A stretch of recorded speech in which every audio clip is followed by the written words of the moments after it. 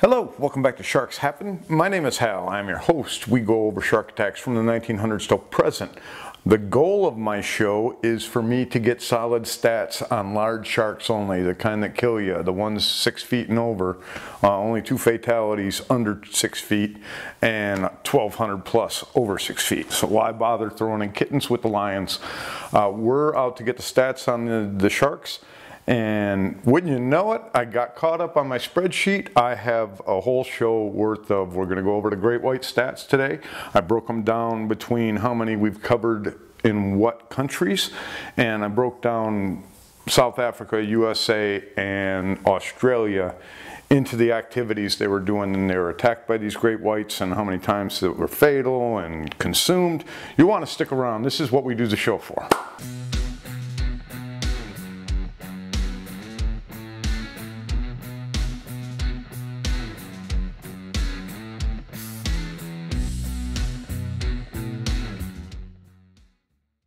Alright guys, we're going to go over the stats on the great whites that we have covered right now. Now the way that I do the show, I pick things out randomly. Sometimes I pick out certain attacks together to make a point and try to show what we've been seeing earlier and that we're still seeing it, like I did with boards and surfers. But the stats are going to show us a lot more than any of that. The spreadsheet is done. It's free. You know, I've had people tell me you should keep that to yourself, put out a book. I'm not out to put out a book. I'm out to get this information out to people. That's why I'm doing the show. When I had a conversation with my father that led to the show, I knew people didn't have the truth on these sharks. That's what we're doing here. We're just telling you what they do, telling you what they can do, what they will do, what they sometimes choose to do, and we're not going to, you know, go ahead and exaggerate anything. We're going to try to make sure everything's based in fact. And when we go through these stats, I just want to remind people, I haven't been told yet that an attack shouldn't be an attempt to consume when I have it as one. I've been told over and over that many that I do not have as an attempt to consume should be. And I understand your points, but I have to keep this as stringent as possible. Nobody's going to be able to say that my attempts to predate are exaggerated, they're bloated, anything. If anything, they're less than they should be, and you all know that. So we can go by them pretty much rock solid, and like I said, I don't think for the sharks. I judge all these attacks, other attacks from similar sharks, which means the same shark. You know, I'm not comparing a tiger to a bull to a great white in attacks. We do at times to talk about the differences in what they do.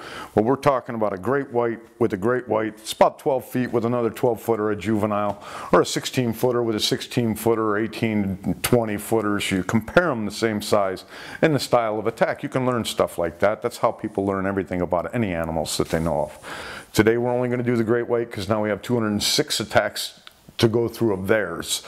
And then we're going to go through the tiger and the bull, and we're going to see with the places that we go to all the time for attacks, they're not even going to have attacks here. So we're going to see a border which is going to be at the equator of where these sharks, the great whites, don't tend to go toward shore and don't bother people because they're not in the waters. It's too warm for them. I haven't nailed it down yet, but right now we're going to see a spot from north of the equator to south of the equator where these great white attacks are not going to happen. So we're going to start off, and I'm going to say I'm glad everybody loves my clock. You can see is it 6 o'clock? It can't be 6 o'clock. That must have been, I bet you one of my cats touched that. It's like 4 o'clock or something.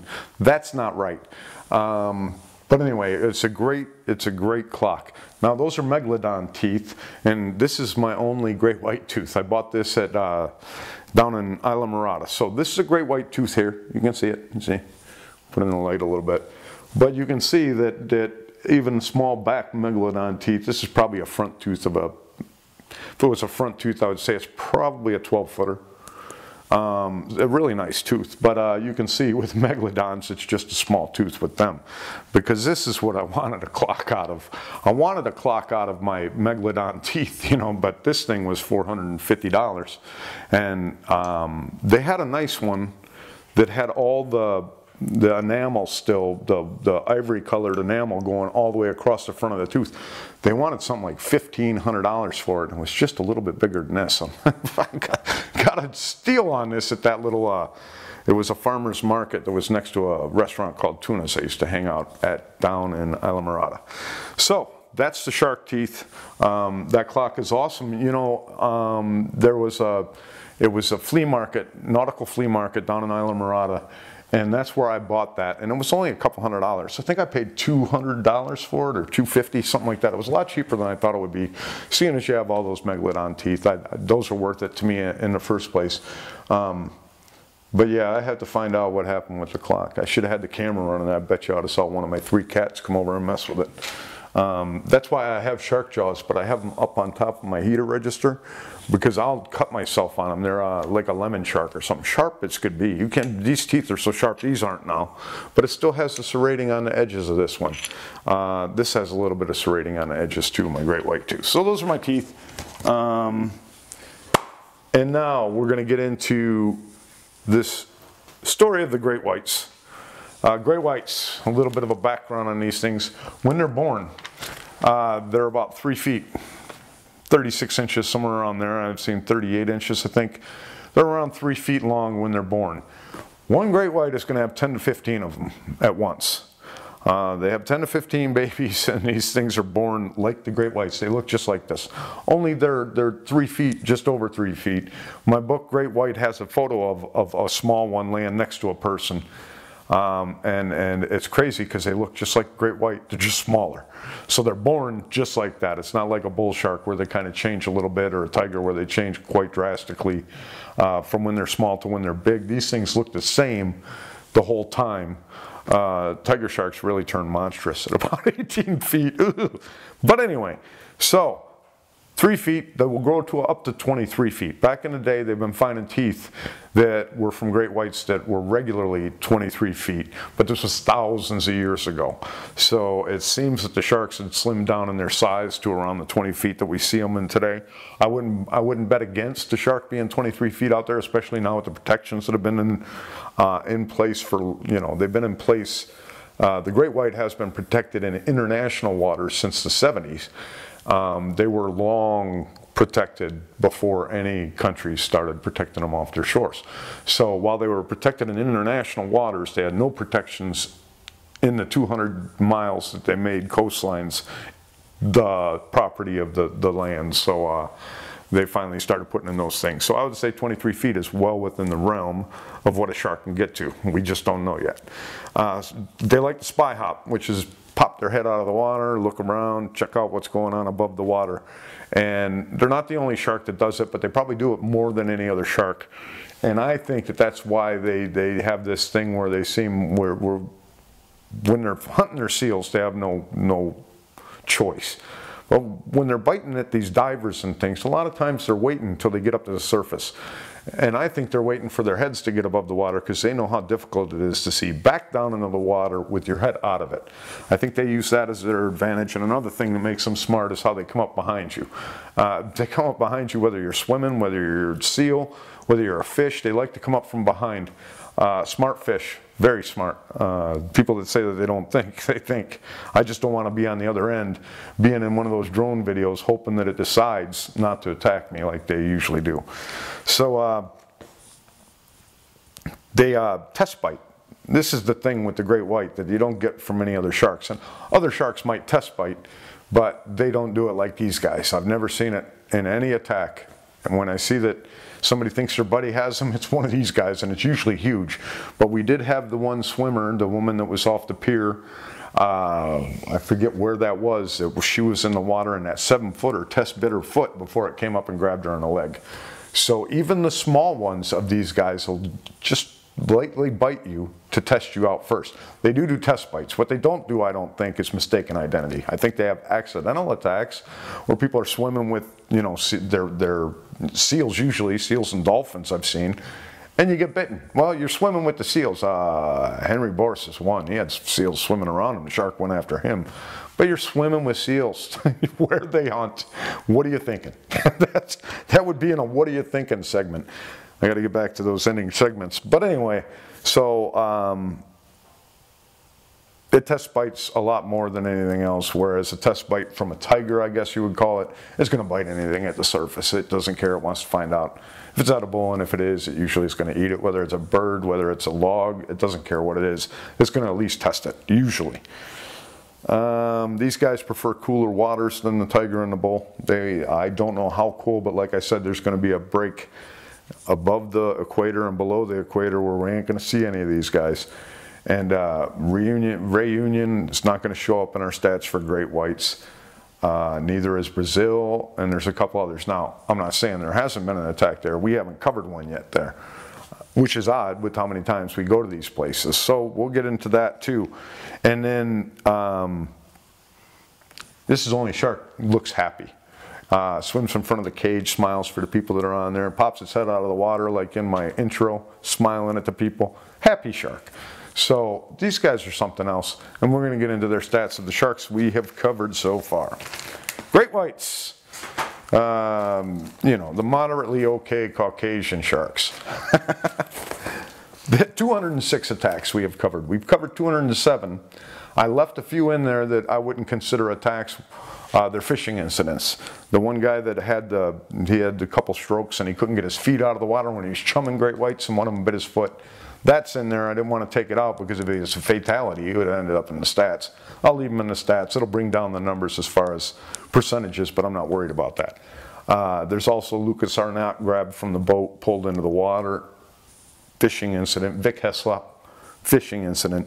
And then there's the one provoked great white attack, which is an idiot that wouldn't cut the line when the one swimmers were coming in and the shark went over and bit one of the people. So, 206 attacks we have. 74 have been fatal from the great white. That's at 36th percentile. Okay, so that means that of all the attacks we've covered on the great white, 206, over 1 out of 3, so 2 are bitten and then that third one's going to pass away. It's a bad number, 36%. I imagine that's going to stay the same throughout this show, and probably the attempts to predate are probably going to stay near the same too. Fatalities, like I said, there's 74 of the great white just there. We might have covered about 400 or 500 fatalities at the most. There's 1,200 we have to go through, and there's thousands of attacks we still have to go through. So 36% right now are fatalities, and 43 out of 206 the shark tries to eat the person or does eat the person. That's 20%. That's 1 out of 5. So it's going to attack 4 people. That 5th person is going to be eaten. When it attacks 3 people, one of them is going to be a fatality. But it attacks 4 people, that next one gets eaten. Right now by the numbers.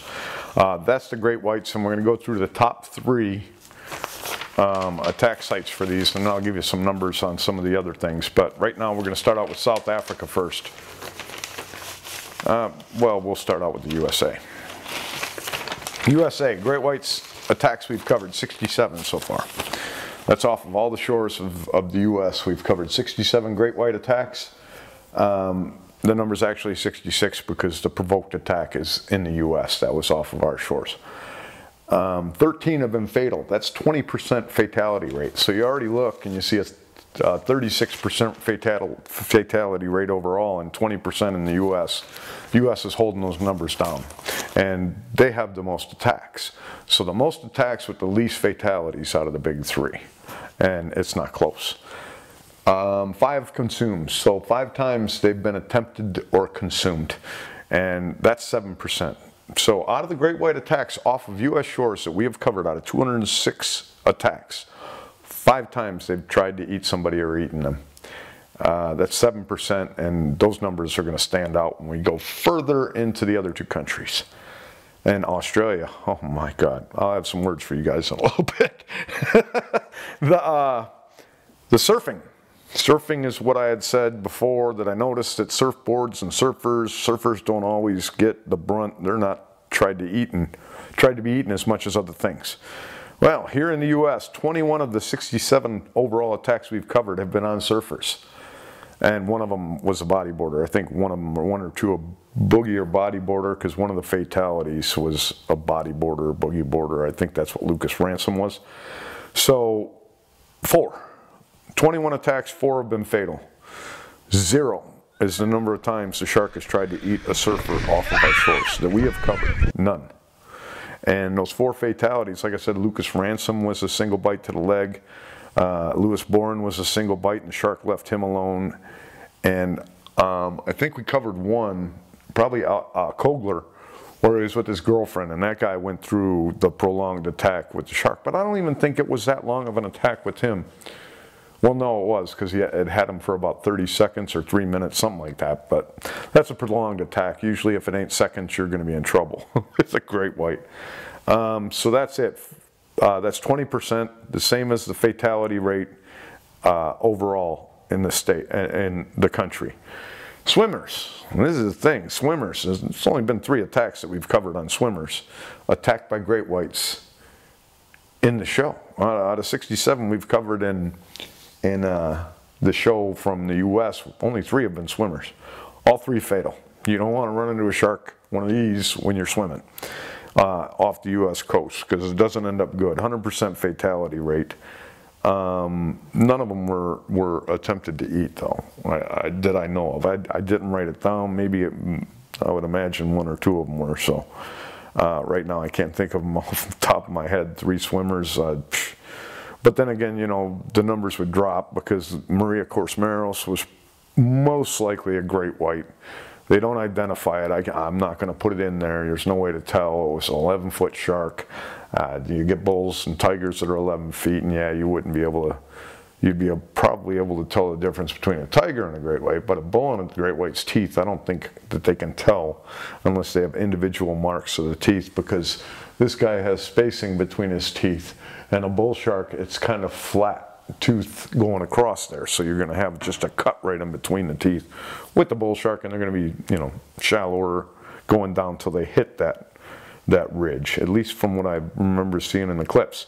So spear fishermen, this is what you want to do off the coasts of the U.S.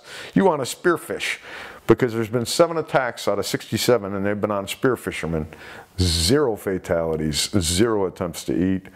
One of them was Dr. J.D. Morgan down off Key West, that the shark came up and took his spear gun right out of his hand, 11-foot great white, that, you know, ISAF says that there's never been a great white attack in Florida waters.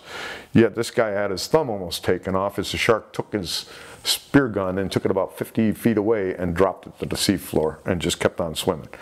So you want to do some spear fishing if you're going to do something. Free diving. Now, free diving, I have that people are out there, they're just free diving, and they're going also free diving for scallops, or free diving for to collect something. So one of them's coins. So all that's free diving. That means, you know, and some of them may have, you know, a snorkel on. I don't care. They don't have an air system. They go into free diving, except for snorkelers, so I kept them separate. So 11 on free divers. These are people out there and they're diving down and they're collecting things, or they're just diving and looking. 11 attacks, 2 fatal, 18%, right along the average of the whole country.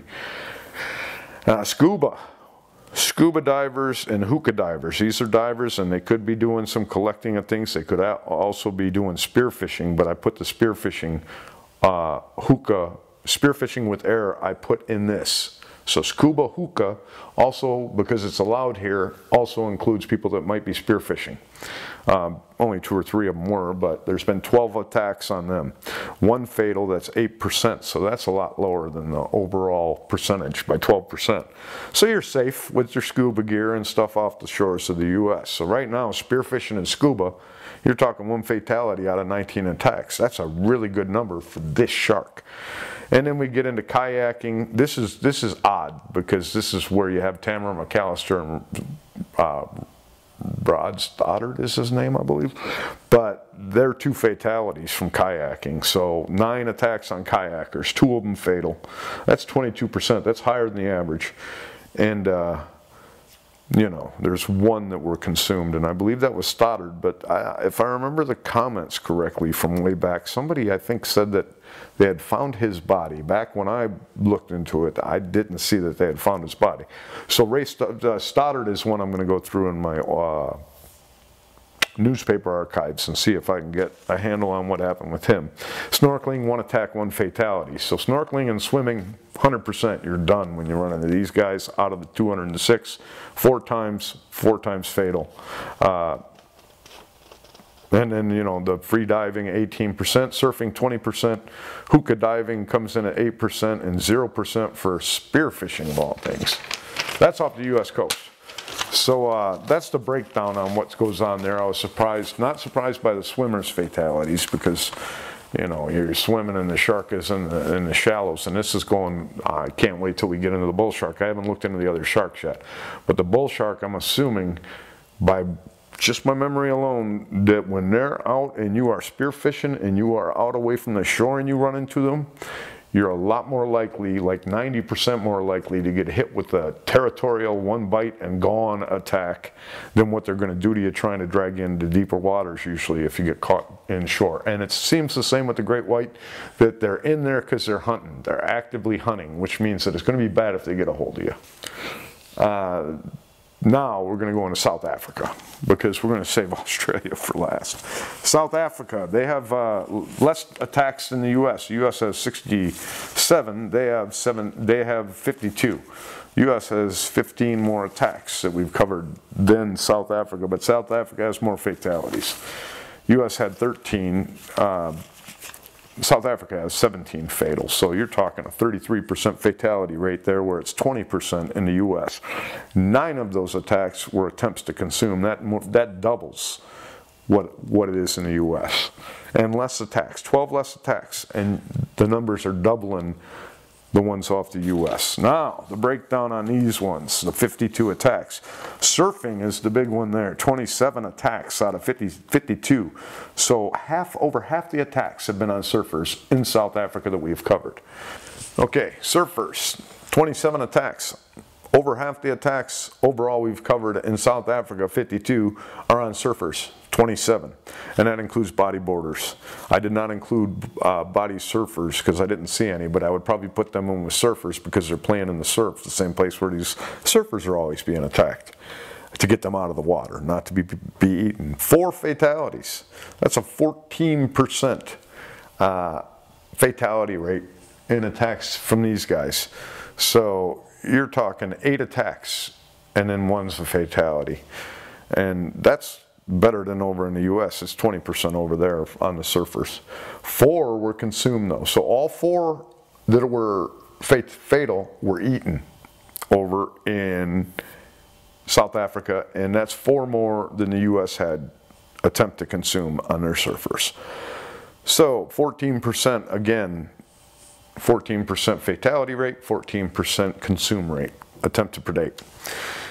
Swimmers, 8. They've had 8 attacks out of 52 on swimmers, so double, more than double, almost triple what we've had here that we've covered so far. So that's the thing, is you can't really take these and make comparisons to them because we aren't done yet. We're not going to be able to do that till we're done. I'll get into that about how we're going to have to hold back on any assumptions on these stats that you're about to see, especially if you download the spreadsheet. Swimming, 8. 8 out of 52 have been on swimmers, 6 of those fatal. That's 75%. That's 25% better than in the U.S., but they have more fatalities, and 6 to 3. 2 of them were consumed. So I don't know how many out of the other one, but 2 of the were consumed swimming. So that's 6 consumed right there between surfing and swimming out of the 9. Free diving, they have 2 attacks. No fatalities. Spearfishing, 8 attacks, 3 fatal. That's a 38% fatality rate, and 2 of those were consumed, so that's 25%. 25% of their spear fishermen are eaten, and over 1 out of 3 pass away from their wounds, where it's 0 over in the United States on both. Scuba, 2 attacks, 2 fatalities, 1 of them eaten. That's 100% right there. And then there's 4 other attacks, and snorkeling, there was 1 attack. Snorkeling's not very big. There was 0 swallowed whole and 0 bitten in half over in the U.S. We've covered 1 swallowed whole over in South Africa, and I'm wondering if that might be Sam Kellett. But anyway, Now we're going to get into Australia. This is the big guy here. Oh man, you guys might want to stay out of your waters. I mean, you guys should be thankful for the word rare. I know we're all sick of hearing it, but it's a good thing that it is, because you guys will be in big trouble. 64 attacks that we've covered over in Australia from the big guy. 35 have been fatal. 35, that's double South Africa's number of fatalities. That's 35 of 64, that's more than half. That's right, 55% of their attacks by this is fatal. So one person not necessarily going to live, because 55% of the time you pass away. So your odds are more likely to pass away than to survive an attack by a great white over in Australia. Size doesn't matter. Just by what we've gone over so far. 23 of those have been consumed. That's a 35%. 1 out of 3 get consumed there that are attacked. That is such a high number, it's ridiculous. I mean, it's 7% in the US. It's what, 20%? 52. Yeah, about 20% over in South Africa, and it is 35% over there with my buddies in Australia. You guys, I'm telling you guys, you're insane. Now, the good thing is that sharks don't prefer to eat people, and I've seen a question, I want to bring this up real quick. And one of the things they said, well, you know, they may be more violent attacks over there because they don't have the food sources.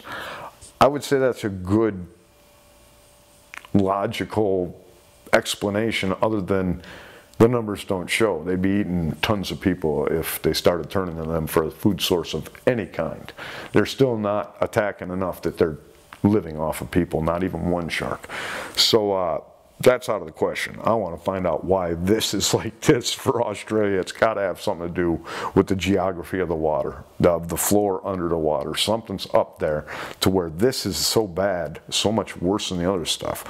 Like I said, we don't know how much worse it is until we're done with the whole series, but these numbers, we have quite a bit of numbers in here already, and they'll adjust, but not a lot. Swimming. We'll start out with surfing. 28 out of 64 have been on swimmers. 10 of them have been fatal, which is 36%. That's 1 out of 3 surfers attacked by this guy over there pass away. 36%. It's 20% in the US, and it's 14% in South Africa. 4 have been consumed, so it's a lot lower than over in South Africa. That's about a 5% rate, it looks like, 4 out of 28. But I didn't run the number on that. We'll move on to swimmers. 9 of the swimmers have been attacked. 6 of those have been fatal. That's 66%. 2 out of 3. You get attacked by him, you're done. 4 were consumed. That's almost 50%. That's almost 1 out of 2 swimmers that are attacked by him or eaten by him over in Australia.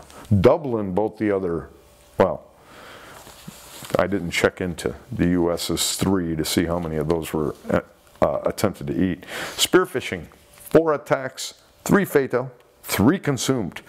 75% on both fatalities and consumed on spear fishermen there, when it's 0 in the US, and over in, it's 38% in the other place. So it's double on spear fishermen over in Australia. Free diving, 9. So you had 9 attacks on free divers, 5 of them fatal, 4 of them eaten. So you're talking 55% fatality rate, which matches the fatality rate there. And you're talking almost a 40%, 45% consume on free divers. Scuba, there's been 7 attacks, 6 of those fatal. That's 86% of scuba divers that are attacked by them over there. They're done. And then 4 of those are attempts to consume or consume. That's over 50%. So 1 out of 2 scuba divers or hookah divers there are eaten or attempted to eat. Kayaking, 2 attacks, 0 and 0. Snorkeling, there's nothing. They've had 5 people bitten in half. 0 swallowed whole, 5 bitten in half. So out of the attacks we've covered from the great white, out of 206 attacks, Australia's had 5 people bitten in half. South Africa has had 1 person swallowed whole, and the US has had neither. The US is like half the percentages or more than the other two, and they're the shark attack capital of the world. This is what I was saying. It's starting to make my point about how if people just study sharks off the US, they don't know shark attacks, because the real shark attacks are happening over in other places, and we haven't even gotten into the end of this yet. So now we're done with this top 3 places. We're updated on the great whites, so you know, we got a little video, not a lot of entertainment, but this is why I'm doing the show, and this is the stuff that gets me into the channel. Is the other countries that had attacks but did not make it into the divvying up. There's not enough that we've covered so far. This guy, New Zealand's had 4, Italy's had 3, but all 3 I think were consumed. The whole Med is bad for that. It's like 60-something% overall on record that are eaten, that are attacked over there, and it's like 80% fatality. It's unrealistic numbers in the Med. You do not want to run into one of these in the Med. Italy's got 3, Japan's got 2. One of them was Harada, who had the shark he was in the old-fashioned helmet and hookah gear, so he had the big round helmet on, and he had the recorder in there, and they say that he also had a camera. So they might have a video of this shark that came in. They definitely have the noise of it hitting his helmet when it ripped him out of his suit. It flipped his leg inside out. I think it flipped his leg inside out, but I think there's another one that did that too. So that might not have been Harada who the leg was turned inside out. It might be the other guy ripped out of the suit, and I think that was David Weir, but I'm not sure. Don't quote me on that. There's a lot of these that are very similar. And you can see that in some of the titles. Croatia, 4 devastating attacks. It's Med again. New Caledonia had 2, Greece had 2, but they were very brutal. Fiji 1, Chile 1, Chile 1, Argentina 1, the Pacific Ocean there's 1. So I got to figure out where that Pacific Ocean one is to put that in the stats. So there it is. That's 206 attacks by the great white, 74 fatalities, 36%. The U.S. well below at 20% fatality rate of the 36% overall, whereas Australia 55% so far. I'm like, oh man, we'll see where these numbers end up when we're done. But we have some solid numbers. You go to my website, sharkshappen.com. Just scroll down. You don't have to sign up for anything. You don't have to push any buttons. I think I made it just so you could download that sheet. And download the Excel file. And I want you to look at, not pressure. Okay, I added barometric pressure where I could. I added humidity where I could. I didn't go with the sun state, the moon phases and all that stuff. Humidity looks like something that's very interesting to look into. And now I'm wondering if I can't go to an almanac and get me this information, because what we have here is a strange thing. We have ultra high humidity, which I would understand. You're in the coasts. It's probably awful humid a lot there. But I mean, we're talking, there's a couple in the 40s, in the high 40s, but most of them are 50 and above. Most of the attacks, 50 and above humidity. Now there's a slot down from that 48, 49 where there's not another humidity till you get down to like 24. There's a big slot where there's nothing in it. I can't find any attacks in it yet. And now I want to find it and see if that slot means anything of humidity where they're not attacking in a certain humidity stage. Because it's awful weird that you have them in such high humidity and then very low humidity like 22%, 10%, 18%. I think there's one at about 25%, but there's nothing in the 30s and nothing in the low 40s. So very odd thing. I'm glad I added that to the spreadsheet. It's starting to turn my wheels and starting to make me think, well, what's up with this humidity going on here? Like I said, I gotta try to find this information and fill in the blanks, and then I can go from there.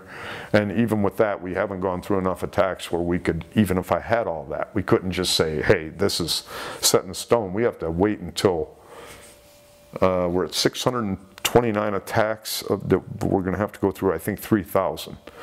So when we get to somewhere around 2,500 attacks on our records, it's pretty safe to say those numbers are pretty much within a few points of where they're going to end up. So yeah, these things could actually flip on their head and change all around by the time we're done. I don't expect them to. We've gone, you know, I'm ahead of you guys by a few hundred attacks at least. I have a bunch ready to go. I got a show ready to go. I had to get this one out so I can get my show out maybe tomorrow, maybe the next day, but you'll get a show in the next 2-3 days. You'll get a regular show. After that, I'll have the tiger shark, and then we'll go after the bull shark at the end, because the bull shark I want to save for the last, because that's the one I think we're going to notice something, a big difference about that shark, inshore and offshore, just by my recollection of attacks we've gone over, and how surprised I was how often, on spearfishermen especially, it's one bite and see you later. And that's got to have to do with they're hunting near shore. You don't want to run into them. They're not otherwise. But we'll nail down whatever we can find. It's just going to take us some time. So that's the show for today. I hope you enjoyed it. I hope you enjoyed the stats as much as I do. Like I said, it's the whole reason for the show. People that talk about, you know, why don't you show these attacks? Why don't you, the things I'm doing are the things, because the show is for that.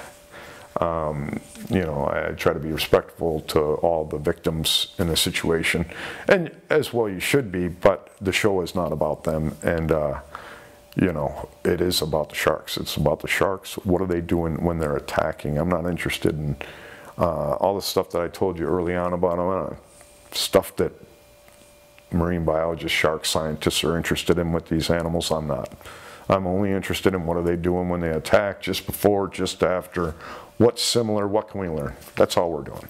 So until next time, if you go into that water, you are much more afraid of these sharks than they are of you.